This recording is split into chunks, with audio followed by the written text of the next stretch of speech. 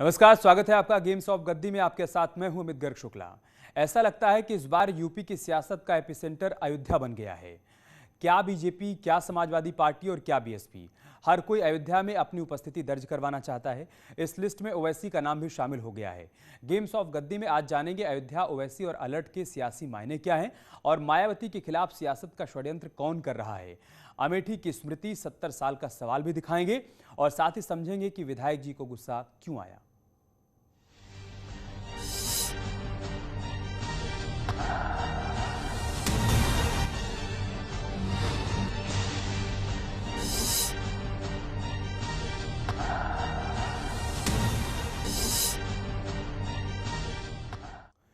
सबसे पहले बात करते हैं राजनीति के एपिसेंटर अयोध्या की। ओवैसी अयोध्या आने वाले हैं। कोई कहीं पर भी जाए, किसी को क्या फर्क पड़ता है, लेकिन ओवैसी के अयोध्या दौरे पर सियासत जबरदस्त हो रही है। नॉन पॉलिटिकल लोग भी ओवैसी से अयोध्या वालों को आगाह कर रहे हैं। आखिर ओवैसी, अयोध्या और साजिश क्या है, रिपोर्ट में समझिए।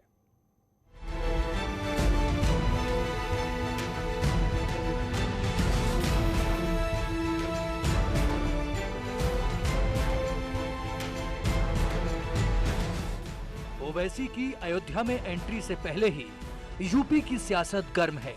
राजनीतिक दलों का अपना अलग नजरिया है। तो बाबरी मस्जिद के पक्षकार रहे इकबाल अंसारी ने भी ओवैसी पर आक्रमण किया है। साथ ही उत्तर प्रदेश के मुसलमानों को ओवैसी से सावधान रहने की सलाह भी दी है। मुसलमानों से हम एक अपील करते हैं कि ओवैसी साहब से लोग होशियार रहें, क्योंकि वो हैदराबाद के हैं। उनकी राजनीति केवल हैदराबाद तक है। उत्तर प्रदेश में राजनीति करना मुसलमानों को धोखा देना है। हम तो ये जो है साफ साफ कहते हैं कि अयोध्या से ओवैसी का शुभारंभ करना ये कोई अच्छी बात नहीं है, क्योंकि उनको राजनीति करना है तो हैदराबाद से करें। इकबाल अंसारी आक्रामक हैं, तो रामनगरी के संतों में भी आक्रोश है। संत समाज AIMIM के फैजाबाद वाले पोस्टर से खफा है। फिर आपको इतना चिढ़ अयोध्या से क्यों है? आप फैजाबाद क्यों कर रहे हो भाई? जब सरकारी अभिलेख में अयोध्या जिले का नाम दर्ज हो गया, तब आपके पोस्टर पर क्यों फटा फैजाबाद का नाम? तो दुर्भाग्य है आपकी भाव, आपकी विचारधारा इसका पुरजोर विरोध और निंदा करते हैं और मांग करते हैं आप अपनी पोस्टर को डिलीट करो, नहीं तो आपके लिए अच्छा नहीं होगा। ओवैसी साहब फैजाबाद लिखते हैं तो असदुद्दीन ओवैसी को अयोध्या में प्रवेश वर्जित किया जाए, ये मैं अयोध्या प्रशासन से मांग करता हूं। अगर ऐसा नहीं होगा तो उनकी रैली को मैं जगत गुरु परमहंस आचार्य किसी भी कीमत पर अयोध्या की सीमा के अंदर नहीं होने दूंगा। संतों का गुस्सा अपनी जगह है तो सियासत भी हावी है। ओवैसी 7 से 9 सितंबर तक यूपी दौरे पर रहेंगे। उनके कई कार्यक्रम हैं और अपनी प्लानिंग भी है। 7 तारीख को फैजाबाद जा रहे हैं, रुदौली में, समझे ना, फैजाबाद अलग है। 7 तारीख को फैजाबाद जा रहे हैं रुदौली में, 8 को सुल्तानपुर है, 9 को बाराबंकी है। तो अभी तो शुरुआत है, बहुत जगह जाएंगे यूपी में। बुरी बात क्या है, चुनाव आ रहा है, पार्टी को मजबूत करना है, जनता से मुलाकात करना है, जनता के करीब जाना है, जनता को और कॉन्फिडेंस दिलाना है, हमारे पार्टी के केडर को और मजबूत करना है और विधानसभा के चुनाव में अच्छी तरह लड़के हमारे पार्टी के कैंडिडेट्स को विधायक बनाकर उत्तर प्रदेश विधानसभा में भिजाना है और योगी हुकूमत को हराना है। AIMIM ने 2017 में भी यूपी का चुनाव लड़ा था, लेकिन खाता नहीं खुला। इस बार ओवैसी ज्यादा ताकत लगाकर सियासी समीकरण बिगाड़ने की कवायद में हैं। उनके बयानों में भी तलखी दिख रही है, लिहाजा बीजेपी भी जवाबी हमला बोलने से पीछे नहीं है। असदुद्दीन ओवैसी की सोच क्या है? असदुद्दीन ओवैसी ने सदैव इस्लाम की बात करते हैं। ये असम में जाते हैं तो बदरुद्दीन को नेता बनाने की बात करते हैं, लेकिन ये बंगाल में जाके ममता का विरोध करते हैं।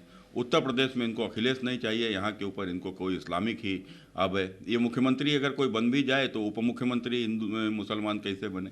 तो जिसकी सोच ही केवल एक समाज को लेकर है, तो उसके तो जेहन में आखिर क्या पल रहा है कोई समझ नहीं सकता। लेकिन मैं निश्चित रूप से दावे से कह सकता हूँ, ये ओवैसी भविष्य का जिन्ना।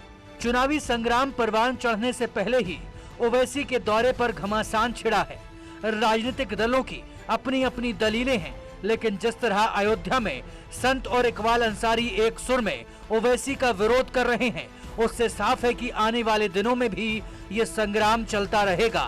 Bureau report, news 18।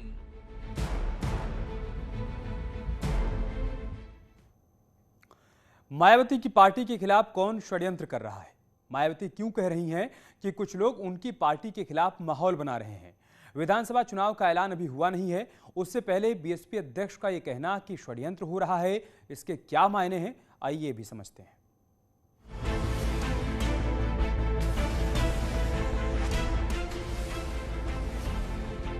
चुनाव विधानसभा का हो या लोकसभा का या फिर नगर निगम का ही क्यों ना हो, प्री पोल और पोस्ट पोल सर्वे होते रहते हैं। यूपी विधानसभा चुनाव से पहले वोटर सर्वे आया है तो उसमें बीजेपी क्लीन स्वीप करती दिखी। सर्वे में समाजवादी पार्टी, बीएसपी और कांग्रेस जैसी पार्टियों का यूपी से सूफरा साफ दिखा। जैसे ही प्री पोल सर्वे पब्लिक डोमेन में आया तो दिल्ली से लेकर लखनऊ तक सियासी हलचल बढ़ गई। मायावती ने सर्वे को सिरे से खारिज कर दिया। जिस प्रकार से यहाँ सन 2007 के हुए विधानसभा आम चुनाव में बीएसपी के पक्ष में जबरदस्त माहौल होने के बावजूद भी हर प्री पोल सर्वे उस समय हर प्री पोल सर्वे पक्षपाती तौर पर बीएसपी की सरकार बनाने की बात कबूल कर लेने की बजाय केवल हमारी पार्टी को सिंगल लार्जेस्ट पार्टी बनकर उभरने की ही बात कर रहा था। मायावती ने कहा कि बीएसपी के खिलाफ रणनीति के तहत षड्यंत्र किया जा रहा है। उन्होंने 2007 के विधानसभा चुनाव का हवाला देते हुए कहा कि उस वक्त भी मीडिया में माहौल बनाने की कोशिश हुई थी, बावजूद इसके बीएसपी ने पूर्ण बहुमत की सरकार बनाई थी। मायावती ने कहा कि इस तरह के सर्वे से बीजेपी को फायदा पहुंचाने की कोशिश हो रही है। इनका खास मकसद भाजपा को मजबूत दिखाते रहने से ज़्यादा बीएसपी के लोगों का मनोबल गिराना ही लगता है, जबकि इनको ये मालूम होना चाहिए कि बीएसपी के लोग पहले से ही इस प्रकार के षड्यंत्रों का सामना करने के लिए हमेशा तैयार रहते हैं। चुनावों को लेकर एजेंसियों के सर्वे हर बार सच नहीं होते। कुछ हजार या कुछ लाख लोगों से बातचीत करके 23 करोड़ लोगों का मूड बता पाना आसान नहीं है, लेकिन बावजूद इसके बीजेपी सर्वे से खुश है। बीजेपी ने मायावती पर ही आरोप लगा दिए। 14 का लोकसभा का चुनाव हो, चाहे 17 का विधानसभा का चुनाव हो और चाहे 19 का लोकसभा का चुनाव हो, वो बहन जी लगातार हार क्यों रही हैं? आज उनके यहाँ भगदड़ मची हुई है। उनके टिकटों की बिक्री और टिकटों के दाम घट गए हैं, मूल्य घट गए हैं, कोई लेने को तैयार नहीं है। बहन जी इसलिए घबराई हुई हैं। इस तरह का बयान देके वो सोचती हैं कि हम अपने कुनबे को बचा लेंगे या अपने टिकटों की कीमत बढ़ा लेंगे, तो वो होने वाला नहीं है। प्री पोल सर्वे से पक्ष या विपक्ष में माहौल बनता है। मायावती के हिसाब से सर्वे ठीक नहीं हुआ, इसलिए वो इसे खारिज कर रही हैं। लेकिन इस तरह के सर्वे से पब्लिक में पार्टियों को लेकर चर्चाएं तेज हो जाती हैं, जो आगे चलकर चुनावी मूड में बदल जाती हैं। Bureau report, news 18। यार रुक रहे एक छोटे से ब्रेक के लिए, जल्द लौटेंगे कुछ और खबरों के साथ।